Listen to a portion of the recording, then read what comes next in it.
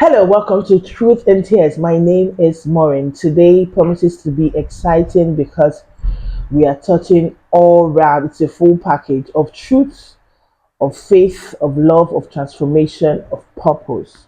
With us today, we have one of Owere's finest in the building. I want him to introduce himself. Okay, my name is Freedom. Actually, my name is Achinike Promise, but I prefer to be called Freedom. Freedom Yeah. is coming tomorrow. What's fine? Thank you so much for being on our show. Thank you for having me. I want to tell us how is family? How are you today? How is family? We are living by the mercies of God now. So I'll say family is fine. Thank God for so far. Okay. Your parents, how are they They doing? are very fine. Thank God for that, actually. Having studied, I know that your parents are pastors. Yeah. So I want to know, did you ever feel like you had to be perfect just because who your parents were? Yes, that is one of the, how will I put it? It's one of the expectations of people on us, Levites. You have to be walking in your father's shoes. You know, you have to even at the point itself you're expected to be an assistant pastor in your father's church just for being a Levite, whether God call you or not.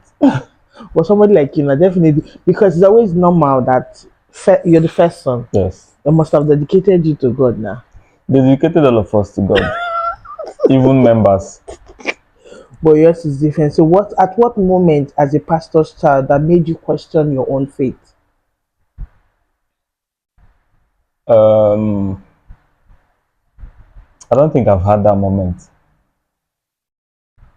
I don't think I've had that moment because I'm just, you know, being a pastor's child, you are being fed the word of God. You are being, the water you drink is the word of God. The food you eat is the word of God. So you are expected to just live the life of Christ, the God kind of life. So I've never, I would just say I am walking in the understanding and the belief that uh, God is Christ and the Holy Spirit. In fact, I'm just walking according to the How living of you? how I was, born and bred. Oh, okay, So I've okay. never had any point. I've never had a difficult moment where I question my faith or And anything. I God. just have faith that, okay, the God of, okay, when I pray most times, I say the God of my father and my mother. Hmm.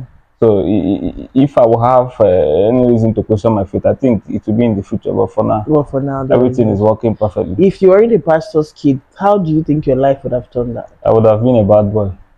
Straight. I would have been a bad boy. Being a pastor's kid has restricted me to so many things. I would have been a cultist.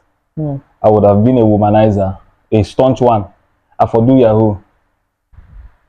I would have been a bad boy. Wow. Maybe by now I for don't die self. Because my kind of being my experience of being a bad boy is doing it to the extreme. Okay, yeah. That if I be a cultist, I want to be known as a cultist. I want to be known as the notorious cultist. If I'm a womanizer, I want the whole city to know that this guy, they feed there with one woman. That's deep. Okay. I studied before now, and apart from being a pastor's kid, you're also an MC. In fact, they call you MC Freedom. Yeah. Have you ever felt like your gift is more celebrated than in real life? Like people celebrate you more on stage than you as Freedom. People celebrate MC Freedom as more than Freedom. How does that make you feel? The reverse is the case actually. People celebrate me off stage than on stage. That's nice. Oh. Yes. People, yes, exactly. Because if people celebrate me on stage the more, if I don't blow by now. Hmm. There's this thing that we do to ourselves. We just give ourselves fake love. Alpha Freedom, you go wedding last week, nice one. I watch your video, but that video you watch, you don't share them. Because the wedding I went for is the stage I was at the last weekend. So if you cannot promote me, you're celebrating me off stage. Hmm. So people celebrate me more. In fact, Some persons just know the Freedom MC brand, the MC Freedom brand, but whenever a recommendation is needed, they won't give. They won't So give. that celebration is It's off not stage. off They will stage. prefer to hail you and tell you you are doing fine. Than So do you feel the church embraces creatives like you, or is there still a struggle? yes, there's a struggle for the comedy industry in the church Why is that so? because the church is. In fact, most pastors preach against it. Like when I started, my father said to me that he was never going to support this one. Hmm. Most pastors preach against comedy. They see it as cajoling God or whatsoever. It has been a very tough struggle. If I when my father called me, he will maybe he's asking me to represent the school at some point. He will say, as a matter of fact, this morning he said I should introduce myself as somebody that does portrait and that's into fashion design. He has never ever wanted me to be an MC. So all these your comedy shows, how does he feel about He it? has been to one. He enjoyed it, but he never said Support. he enjoyed it.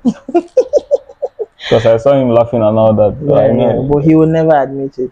You said you're a fashion designer. yeah, part What's the time. big what's the biggest lessons you've learned with needle and thread? What has life taught you about needle and thread?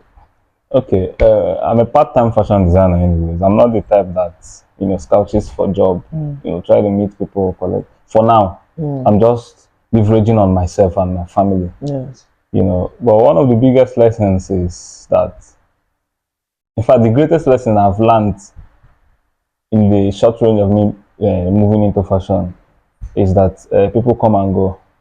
Mm, Neither have never punctured my hand. I'm a very careful person, so I've never had any hurts related to sewing or whatever. But the person that brought me into fashion died mm. in space of 3 months.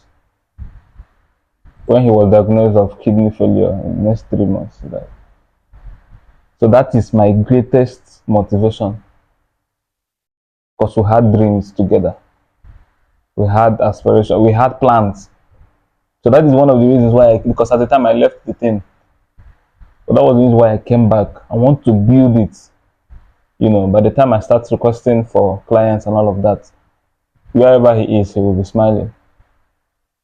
So Life sorry. happens. So sorry about that. Yeah. And you're married. You got married recently. Is it up to a year now? Yes. August will be 2 years. 2 years. Yeah. Tell us one truth about marriage that no one told you about before you said I do. The things that you see or people tell you about is not what you will see. You'll see your own. You come and experience because you're an individual living your own life, and the other person is an individual, is a different individual altogether. In fact, if you want to emulate your parents' marriage and Mm, all of that, it's not going to work because they are different individuals. All of us, we are different human beings that have different lives and temperaments and all of that.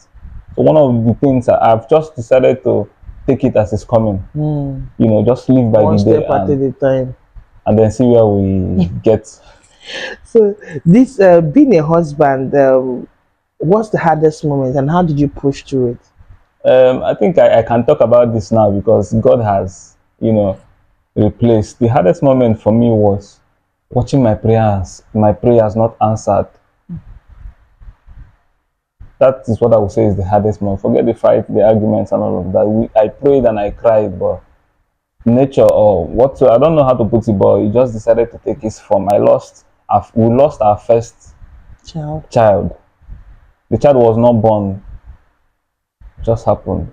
So that has been my biggest. But the moment I can never forget. And the funny thing about it is that I'm the first child of my parents, but I was not supposed to be the first child. They also lost their first child. Like So repetition. yes, it was like, but I prayed against it, and then I don't know, but it is what it is. It's fine. It's fine. So what's one thing you are afraid of getting wrong as a father? Oh, Because you're soon to be a father, right? yeah, Congratulations. So thank you. Um, I know our parents tried. Talking from personal experience, my father tried, my mother tried in training us, and at the point you find out that a child decides what he wants or what she wants. So what I hope for is that whenever my child grows up to the point where he or she decides what they want, they will decide to do the right things and go the right way. Because no matter how you do it, at that point when the child finds out that okay, this is my life, it's nobody's life. That is the point when you start increasing in your prayer life. Because that's the point when they take bad decisions and good decisions. Or do you think that your relationship with your father will shape how you will train your own child? Yes, to an extent. My father, if he had not been a pastor, he would have been a military man, because he beats the hell out of me. And you want to do the same? And I didn't see it. No, I didn't see it as training. My father beat me at every instant, at every time. I don't know, maybe because I'm the first child also. My father beat me so that I can't suspect whether they drag my wife with her. You know, but I'm not going to go that extreme. They learned to my father when I'm not, but I'm going to discipline my children. It is a must. If you don't discipline, even the Bible said it now, spare the rod and spare the child. I don't want to raise a spoiled child. So I'm going to try my best as a father.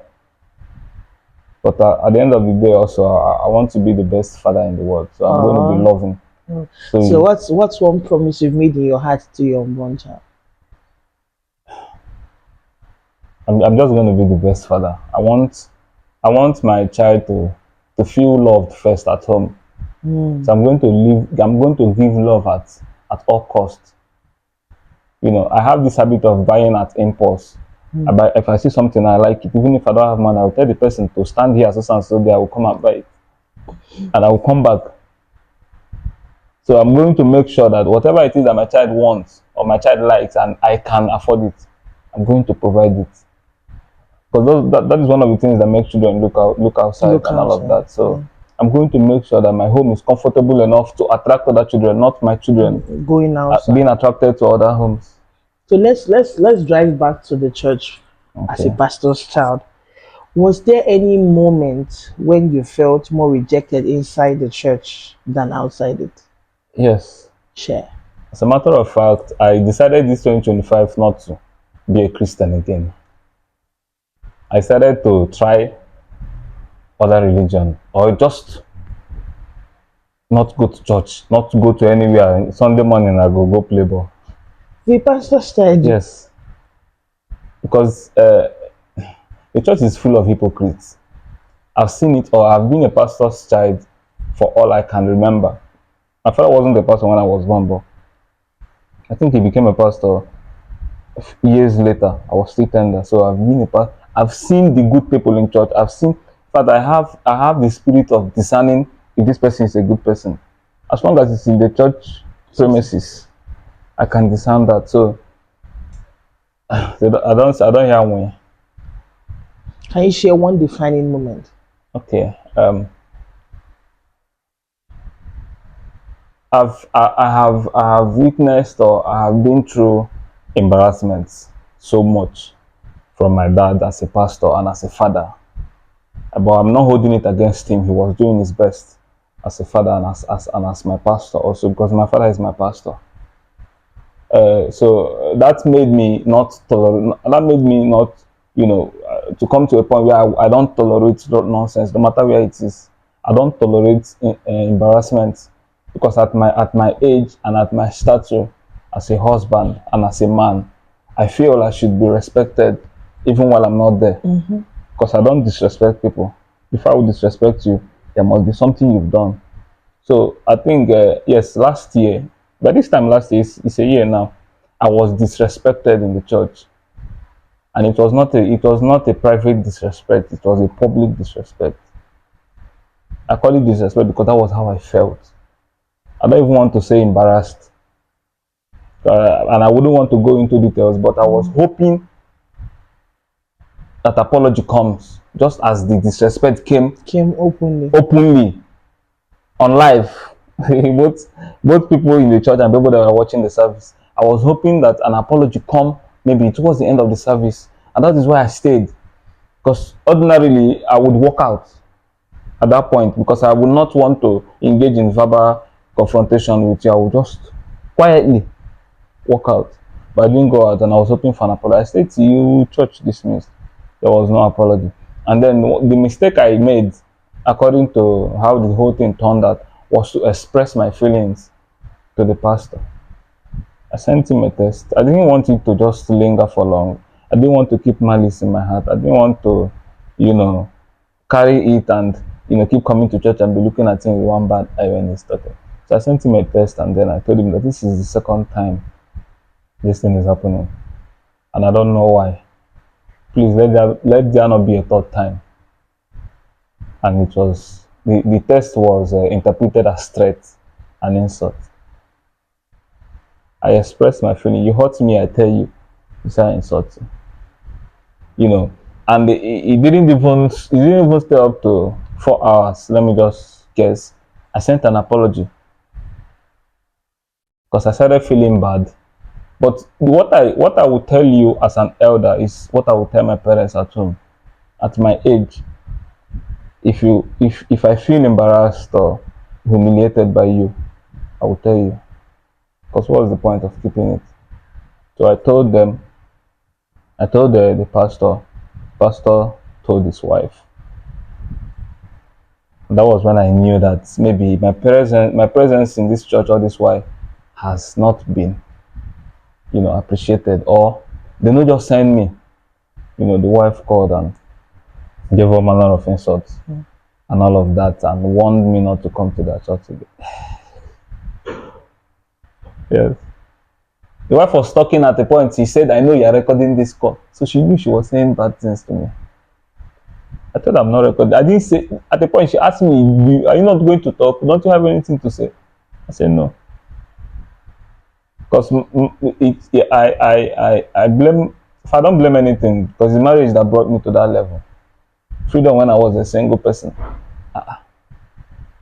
The whole of you were first for hear about that matter. My wife wanted to answer. I just told her not to.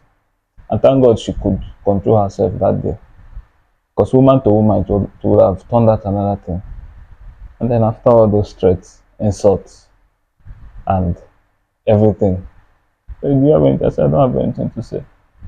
I expressed my feelings, and the people decided to take it. In fact, the news flew in the church that I insulted the pastor. How did I insult you? You embarrassed me in the service, wide open embarrassment, and I sent you a message on your WhatsApp. What you would have done is not to call me. I said I don't like the tone of your text message, but nevertheless, I'm sorry if you feel embarrassed. And even the pastor have not apologized to today, even the wife. And the man even told me that I'm lucky that it's in the church this happened. There's some things I would not want to say. But if not the church, I would have gone to the extreme. He's lucky that it happened in the church. I didn't insult you. I didn't threaten you. I didn't do anything. I just told Said you. your piece. So have you healed? Have you healed from this hurt, or you're still searching for closure? At the point I went off the church because I wanted to, see if I can cope in another church. My wife swore never to go back to that church. I thought I would go back. She said she's not going. So when we started going to another church, but I was not. There's something that attracts me to a church. Not even the pastor, not any. You don't need to invite me before I become part of a church. I will come with my two legs, maybe because of things I've had, or. But then I started going to another church. I left that one. I started going to another church. My spirit was not accepting those churches I was going to. I came back. I started coming, small. I started minding my business. People started reaching out. Even that day, some persons reached out to me that, do you have any issue before now with the pastor? Man, that was what he did was extreme. I said, Baba, you don't see now. Nothing. But for now, I'm hoping that an apology comes to me. Even if it's a private apology, I would appreciate. I'm not even wanting the pastor to apologize. I want the wife to apologize. She said hurtful things to me. And the funniest part of it is that I was threatened by church workers, but none of them came physically. They Basically. were threatening on what and what they would do. And I was hoping that they did it. But none of them had the guts. People are telling me this person talks say you go statement for you go inside church. In Oh. the church. And a church worker so for rob us, me and the church for rob ourselves for month. No, no, no, it's not. I don't think it's to get But to I that. thank God for the way it is now. I have come back to the church. My wife have come back to the church because at the end of the day, there's something I always post on every Sunday morning that if you are hurt in church, that is not Christ. That is humanity. There's nothing wrong with any church. Oh. Any church, any denomination at all. I strongly believe when I tell people there's nothing wrong with church. CHURCH. The people that have the factor that have issue in the church is the human beings in the church. Because the church is like a hospital. Some persons are being admitted, some persons are being discharged, some are receiving treatment, and all of those things. So I go to church now with open mind. If you greet me, I greet you. If I greet you, you greet me. If I greet you, no greet me back, I no go greet you again. Because I feel, see, what is happening now is that some persons are angry on behalf of the person that I didn't even offend. They don't know the full gist though. They just had that freedom insult pastor or freedom threaten pastor. But some of them that have come to ask me what actually, because I have proofs. It's still in my phone till today. If the pastor's wife apologizes, I'll delete it. I have proofs of how everything went. So some people that have reached out to me, how far did everything really happen? I send them proofs. Yeah. Why they can't lie? This is not what they are saying. I'm a free person. I don't want to have problems, but then it's life. Problems will just come. As well. Living in Owerri, how has life been as a creative? Very difficult. Very, very difficult because this year I actually okay, last year I was actually planning to leave. Leave, relocate. Yes, from away. Not outside the country. I know. I'm not ready for that journey now. I was planning to leave and maybe go to a nearby state, maybe Abia or Port Harcourt, because I feel they do better. Here, in a way, I have witnessed competition. I have witnessed envy. I've witnessed people that want what is coming to you to come to them. Everything. Not even to wish that what is coming to you. They want that one that you are holding. So it has been a very tough one. And that is why, even up to this morning, when I opened Instagram, I saw someone still saying the same thing. Creatives are leaving the town because it's not just encouraging. A lot of things are going on even underground, and a lot of side talks, hate speeches, and all of that. So it has been tough. Even as a professional wedding MC, most of my jobs, most of my weddings, most of the jobs I get do not come from Owerri. Maybe the event will happen in Owerri, but the planner, most of the vendors will come from outside Owerri. They will just be looking for an MC within, and then they will come to me. Some jobs, some entertainment jobs happen in Owerri that there will be no Owerri-based vendor.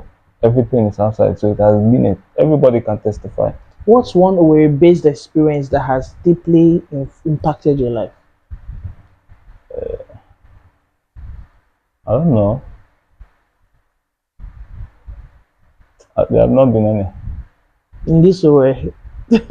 Or is it that? Or is not that bad now? Is it still that There have bad? not been any because I don't have the contacts. Before you excel in a way, you have to have the contacts of those people every money you hate them, they do you transfer well. I'm not that kind of person. I believe that one of the things that scare me the most about life is if you blow today, what of tomorrow? How long will you be able to keep stardom? So I'm not even concerned. I just want to eat And be happy. now. Food be my problem. Once I eat, my family eat, I don't do okay.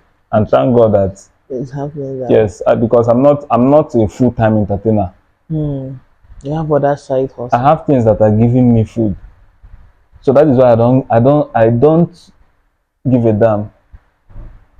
Talking about you're having side hustles. Lend a voice to this whole trend of music ministers getting paid. What do you have to say? Uh, well, okay, like I said, like I tell someone, if I was not an MC, I would have been a music minister because that was the first thing I ever did in the microphone. I sang, and I wanted to sing, before school came and entertainment came. But I think music ministers should be paid.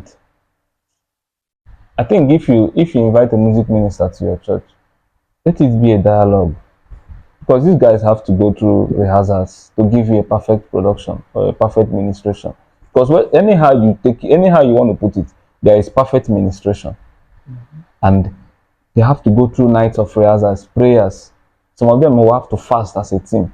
So if the fast finish, after fasting, what are they going to use and buy banana or buy fruit?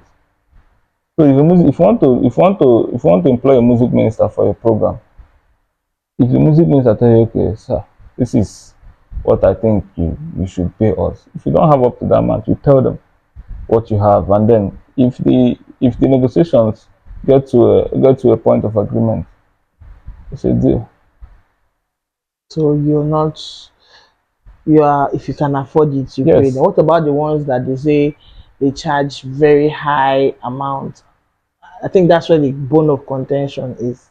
Okay. I made a post the other day on Facebook. I said that there are gospel music ministers, and then there are gospel. In fact, there are entertainers because some persons have taken it as a source of livelihood to just go and sing. Because if you have other things that are working for you, you will not put your life in the singing in the singing cost. Because yes, whether you like it or not, in every sector, there is a price, and some vendors. Let me just use that word because I'm used to vendor. At price themselves, or some vendors' costs are high. Father, I don't believe that there is any high cost. Everybody puts their price according to what they feel that. So if any music minister say this is the amount I'm charging, if you cannot afford that person, go for the person you can afford. You can afford. Finally, sir, that's like the course of our program. What's one truth you have not shared in an interview before that no one knows about? Mm, I don't think I've been asked that question before, and I don't also have many interviews to attend. But Now you have one, so share. yeah,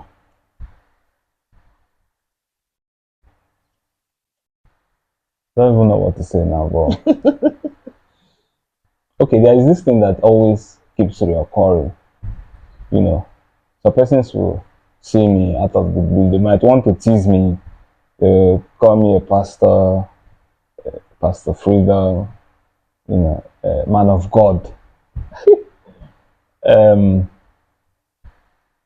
the story surrounding my birth said, according to my father and my mother, that I am a promise to God. That's why they named me Promise.